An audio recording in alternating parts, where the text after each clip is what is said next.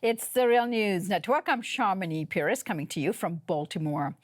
NATO, the North Atlantic Treaty Organization's 70th anniversary is this week, and it was met with anti-NATO protests across the world, including right here in Washington, D.C., where the alliance is expected to meet this week with all the foreign ministers. On April 4th, 1949, the alliance treaty was signed by 12 organizations, and today it has grown to 29 members. The North Atlantic Alliance was founded in the aftermath of the Second World War, in the context of countering the threat posed at the time by the Soviet Union. The treaty sets out the idea of collective defense, meaning that an attack against one ally is considered as an attack against all allies. It commits the allies to democracy, individual liberty, and the rule of law, as well as to peaceful resolution of disputes. Today, NATO has 29 members who are stronger and safer together. On to discuss the lineage of NATO to the present is Yves Engler.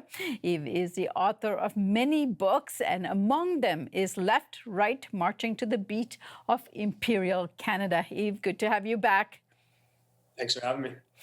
All right, now NATO's 70th anniversary is important to remember, and that is why you have written a 4-part series about its anti-democratic roots. So, Yves, tell us about the 4 that we're publishing on The Real News that one can go and read. Well, the first story deals with how NATO was used to blunt the left in Europe. The second part deals with how NATO was designed to bring the world under a US-led geopolitical umbrella. The third one deals with how NATO is used to push military spending and wars abroad today. And the fourth part deals with how NATO is used, or how the left in Canada has been divided over NATO. All right. Now, in the NATO clip you saw earlier on the NATO website, it boasts the fact that it was really established as an alliance to deal with the Soviet Union at the time. Let's have a look. For its first 4 decades, the Cold War defined the alliance. Collective defense was NATO's main role. When that confrontation ended in 1989, and with the collapse of the Soviet Union, some said that NATO had fulfilled its purpose, that it was no longer needed. And yet the alliance is still here today. So why has NATO stood the test of time? All right, so that's the question to you, Yves. Why has NATO stood the test of time? Why is it necessary today? Well, it stood the test of time because it was never designed primarily, again, about countering the Soviet Union. From the beginning, even when it may be correct to say it was about countering communism, but that was communism internally. So after World War II, the Soviet Union was not a threat to Western Europe, but indigenous socialist and communist parties in Italy, in Greece, in France had a lot of support, and they would have won an election in Italy, almost won 30% of the vote in France, would have taken power in Greece if it wasn't for U.S. intervention. And so what NATO was designed to do was there were tens of thousands of Canadian U.S. troops that were stationed in France and Germany and elsewhere in Europe, designed to blunt the European left. And so, in the words of Canada's foreign minister, a conquest from within. That was the objective of NATO, to stop a conquest within, i.e. a socialist or communist taking power internally.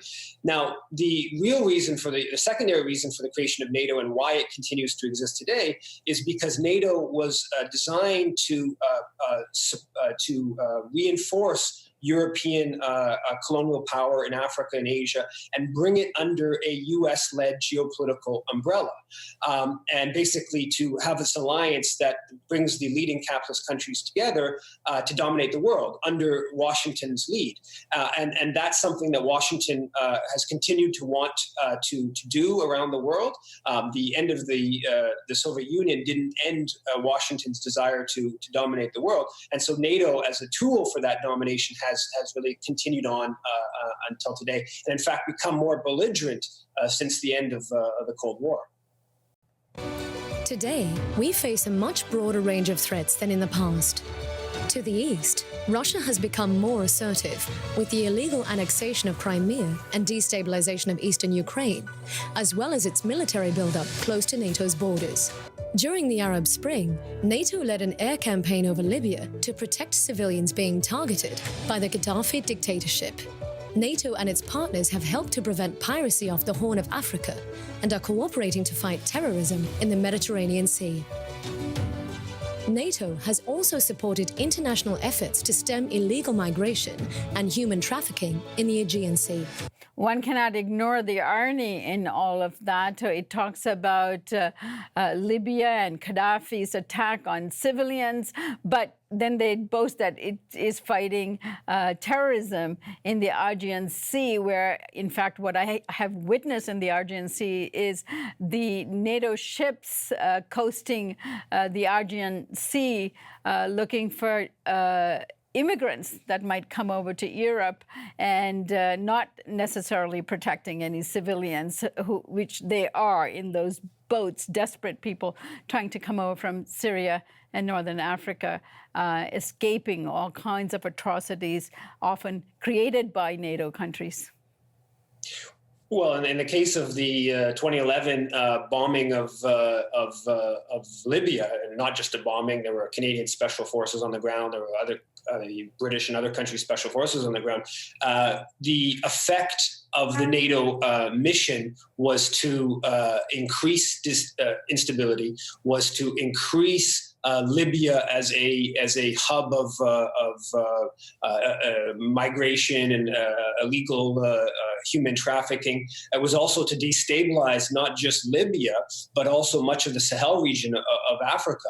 And so on one hand, NATO engages in belligerent violent campaigns. On the other hand, it talks about the need to bring security to end problems at sea or instability at sea, while it's simultaneously creating this violence. But I think we also need to look at it, at least in the Canadian context, how the NATO alliance is really used to promote destructive, ecologically, socially, military spending, right? The alliance in the Canadian context is very much used to put pressure on the Canadian government, within public opinion, to say that we have to be spending 2% of our GDP on military spending. That's a agreement that NATO countries came to in 2006. It's a totally arbitrary number, and it's used as a sort of militarist stick within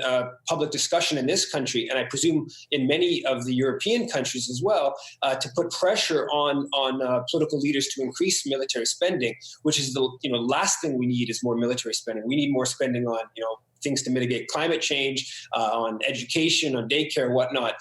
So the alliance really becomes this militarist tool to push our politics in my opinion, the wrong direction. Right, and also we saw from the earlier clip that NATO is now boasting 29 members. Now, this now includes countries like Colombia and possibly Brazil. Colombia has a special status now with NATO, and Brazil is also positioning itself to be some sort of affiliate. So they're really expanding their wings as an alliance into Latin America, and that has never existed before. So talk about that, as well as Georgia now becoming a member. Well, I think that the expansion to Colombia, which has become a partner country, and I think Brazil's on the cusp of becoming a partner to NATO, is a reflection of the fact that it's not just about the North Atlantic region, but that of course it never was, right? The Korean War in the early 1950s, which began a year after the creation of NATO, Canadian and American political leaders justified going to war in Korea partly on the basis of saying we had to, we had this NATO alliance, we had to defend it. And of course, Korea is about as far from the North Atlantic area as you can get. So I think that's, the Colombia example example and Brazil example reflect the fact that it's really an alliance of world domination, if you like. And I also think that the Colombia example does also speak to the fact that NATO is just one tool of many tools in the foreign policy / military toolkit of the U.S., of Canada, and other leading imperial countries. So historically, the U.S. has pursued its domination of Latin America outside of NATO.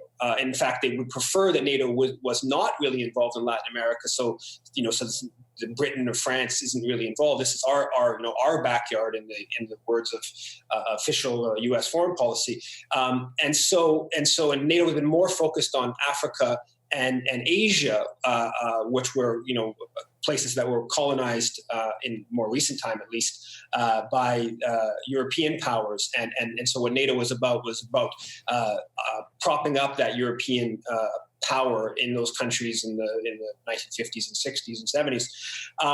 And so with regards to Latin America, I think that the direction of the U.S. government in bringing Colombia into NATO is somewhat reflective of the fact that there has been a change of balance of power in the region over the past 20 years, even though right now we sort of seem to have regressed. The Latin American region has somewhat broken away from U.S. dominance. And so bringing NATO into Colombia, I think, is the U.S. sees that as trying to reassert its power in the region.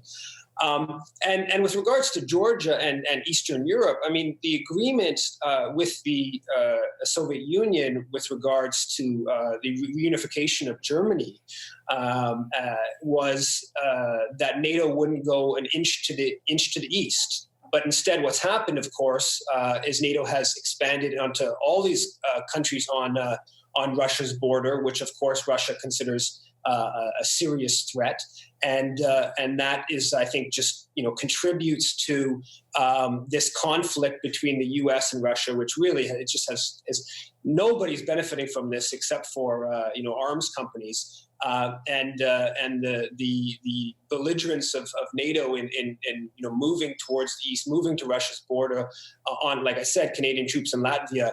That's just leading to the possibility of this horrible conflict between the two main nuclear powers of the world. All right, Yves, let's leave it there for now. And I encourage everyone to go on the Real News site, and you will see a JPEG, which is a link to all of Yves' articles on NATO. I thank you so much for joining us today. Thanks a lot for having me. And thank you for joining us here on the Real News Network.